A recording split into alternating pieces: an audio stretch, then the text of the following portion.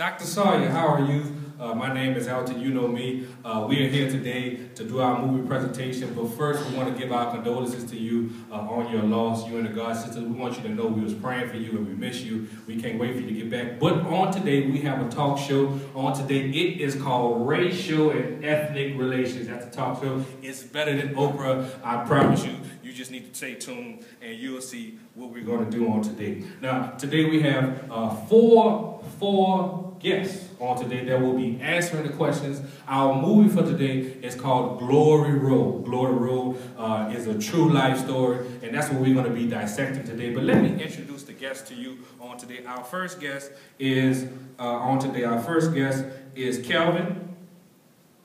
Let's give it up for Kelvin, everybody.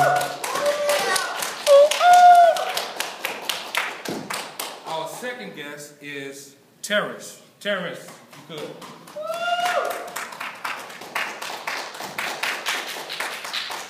Our third guest is the one and only Paul. Then finally, we have our host for the day, Vanna Black. Shantae, she's in the house.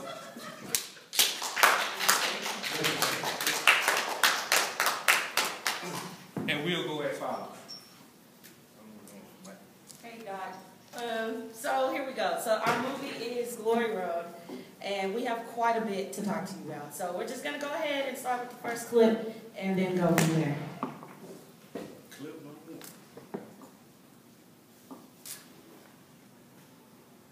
Up there now, they're just playground kids. They said they could play with anybody. Every one of these players you're looking at is colors, don't they? How many are we talking about recruiting?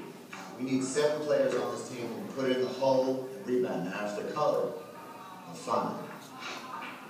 Well, then there now, Coach, let me try to paint you a little picture. There are no colors playing Division I basketball in the South. Not in the SEC, not in the ACC, and not in the SWC. But you gonna put 7 on our team. Am I losing my hearing? Do I need a dark hearing aid? No, Ross. I tend to win. You carrying on like Negroes gonna be the future of basketball. Could you imagine that? There are rules. Unwritten rules. You play 1 at home, 2 on the road, and 3 if you're living. Lord have mercy, loading up on Negroes, that just ain't done. You gonna put your career at risk, my career at risk, and Mo's career at risk. Alrighty. I know that was kind of long, but that's okay. We're going to cover quite a bit. So I just want to give some background information first. Before this happened, Coach Haskins was a female basketball coach and was recruited to Texas Wesleyan to be the head coach for the men. So what we see here is we wanted him to, or he's wanting to recruit some players, and he doesn't really matter where they come from. So I'm just going to issue the first question to these men over here, and whichever one feels led to answer. Here's Mike. So the first question is, after leaving women's basketball, to what dominant culture did Coach Haskins have to assimilate, and was he successful?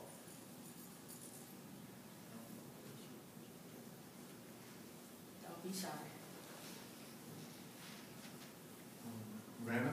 Well, he left women's basketball and he went to African American basketball. These are still 2 minority groups, so he knew what it was to still deal with minorities, just in a different fashion. Instead of dealing with gender, he dealt with race. And African Americans were the best at playing basketball right then; they just didn't have a chance. So he was successful, even though he did have to go through stumbling blocks and whatnot. Great. Thanks, Terrence, for answering that. And he's right. Excuse me. The dominant culture in Southern Division I basketball was that if it was going to be men's ball or women's ball, they all needed to be white. But Coach Haskins had a different plan, so he decided to recruit Negro players. So maybe to the leaders of the school, maybe he wasn't successful as far as who he needed to have on the team, but he was definitely successful in the fact that they won, and at the end of the day, they wanted money, so that's what mattered. So, moving right on along to the next clip. Man,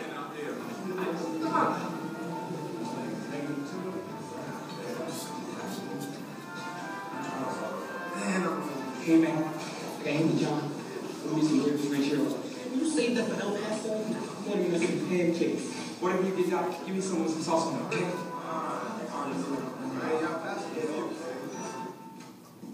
Hey, great game last night. You seem like play like that.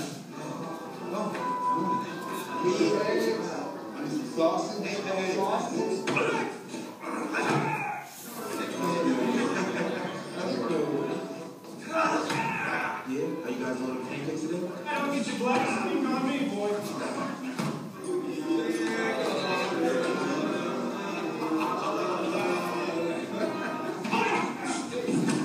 Merry Christmas, though. Have a good day, man. All right.